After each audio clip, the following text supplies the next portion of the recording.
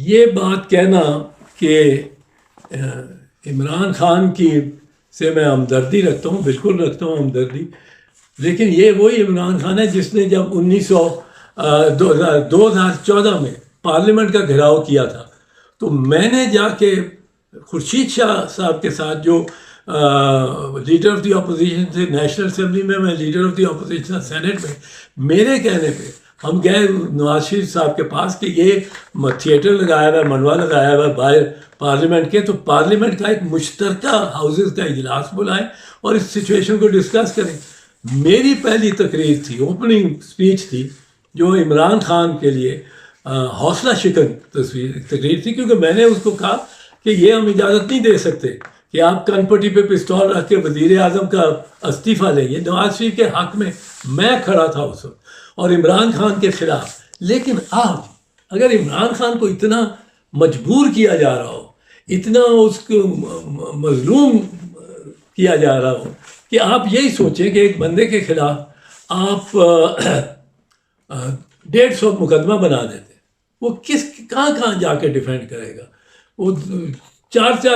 جگہ مختلف مقامات پہ روز اس کو طلب کیا جا رہا ہے۔ یہ کوئی انصاف ہے؟ یہ کوئی مطلب ہے زیادتی نہیں ہے تو اور کیا ہے؟ پھر اس کے خلاف جو مقدمات بنے ہیں ان کے بارے میں بھی میں سمجھتا ہوں کہ اس کو صفائی کا اختیار نہیں دیا جا رہا۔ اب یہ جو سارا کیس ہے توشہ خانہ میں، اس میں بنیادی دیکھیں، میں 1-2 چیزیں آپ کو بتاؤں گا۔ بنیادی چیز اس میں یہ ہے، میری تسلی ہوگی کہ انصاف ہوا ہے اگر عمران خان کو وہ سارا ریکارڈ مہیا کیا جاتا ہے جو ریکارڈ توشہ خانہ کا شوکت عزیز وزیر اعظم کے وقت، ظفر اللہ جمالی وزیر اعظم کے وقت، چودھری شجاعت حسین وزیر اعظم کے وقت، جو ریکارڈ اس سے پہلے کے وزرائے اعظم کے بعد نواز شریف کی وزارت عظمیٰ کے وقت، یہ سب اس کو مہیا کیے جاتے ہیں۔ جس طرح ہم نے بی بی کے خلاف جب سیکرٹ فنڈز کا کیس ہوا تو ضیاء الحق کے عہد کے دوران جو سیکرٹ فنڈز کا سارا ریکارڈ منگوایا تھا اور عدالت نے منگا دیا تھا، کیونکہ یہ تو صفائی کا ایک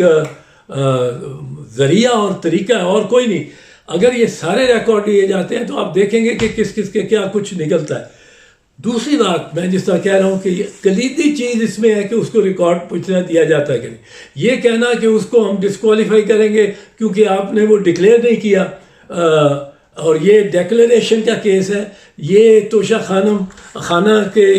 استعمال کا کیس نہیں ہے، تو ڈیکلیریشن انہوں نے کی بھی ہے، ہر آئٹم کی ڈیکلیریشن ہے۔ پر اب چیز یہ ہے،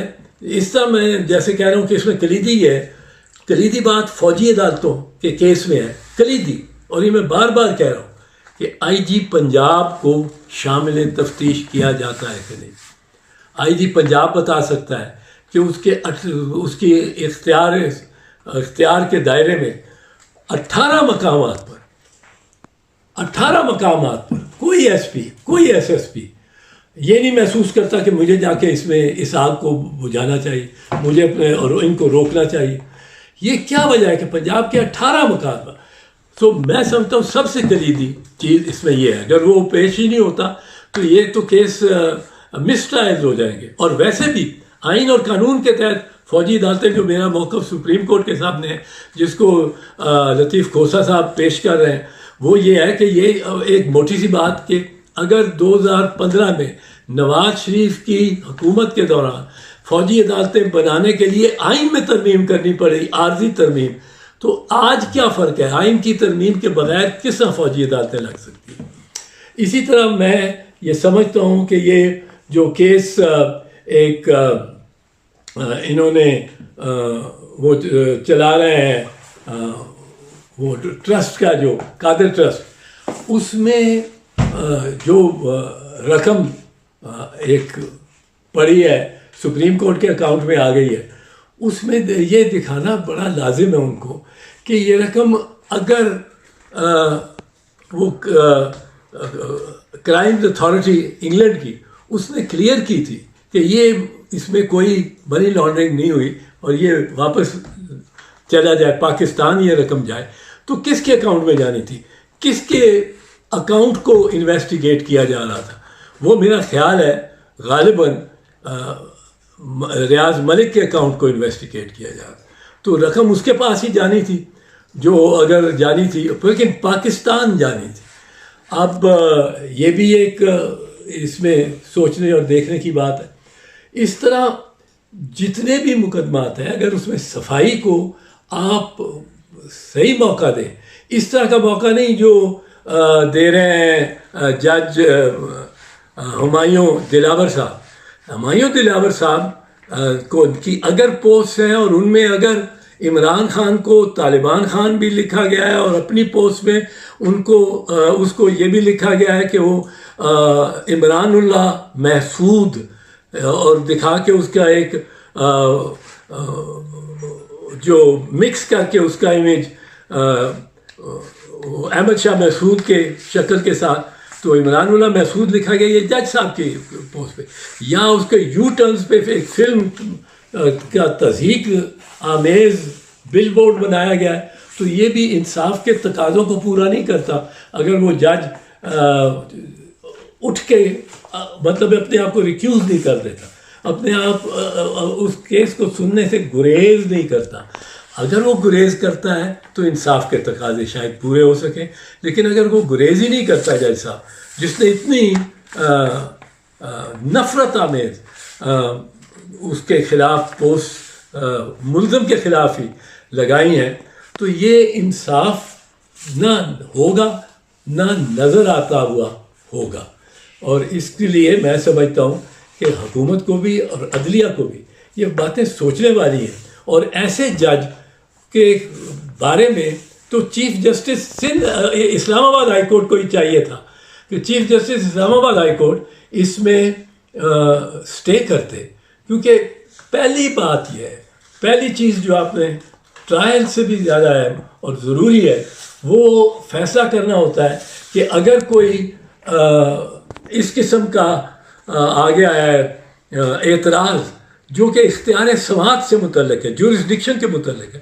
تو وہ سب سے پہلے اس کا فیصلہ ہوگا۔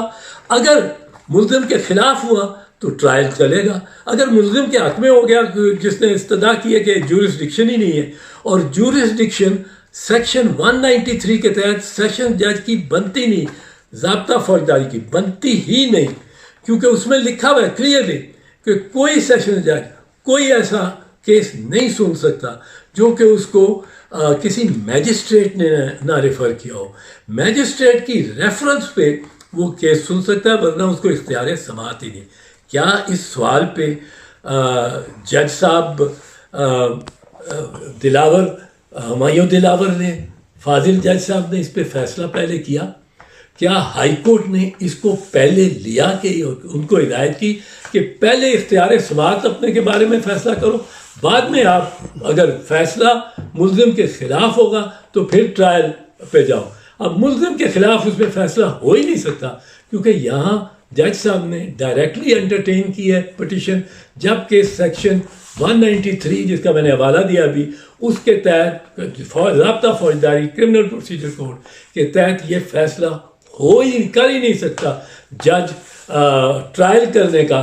اس اعتراض پہ پہلے غور کرنے اور فیصلہ دینے سے پہلے۔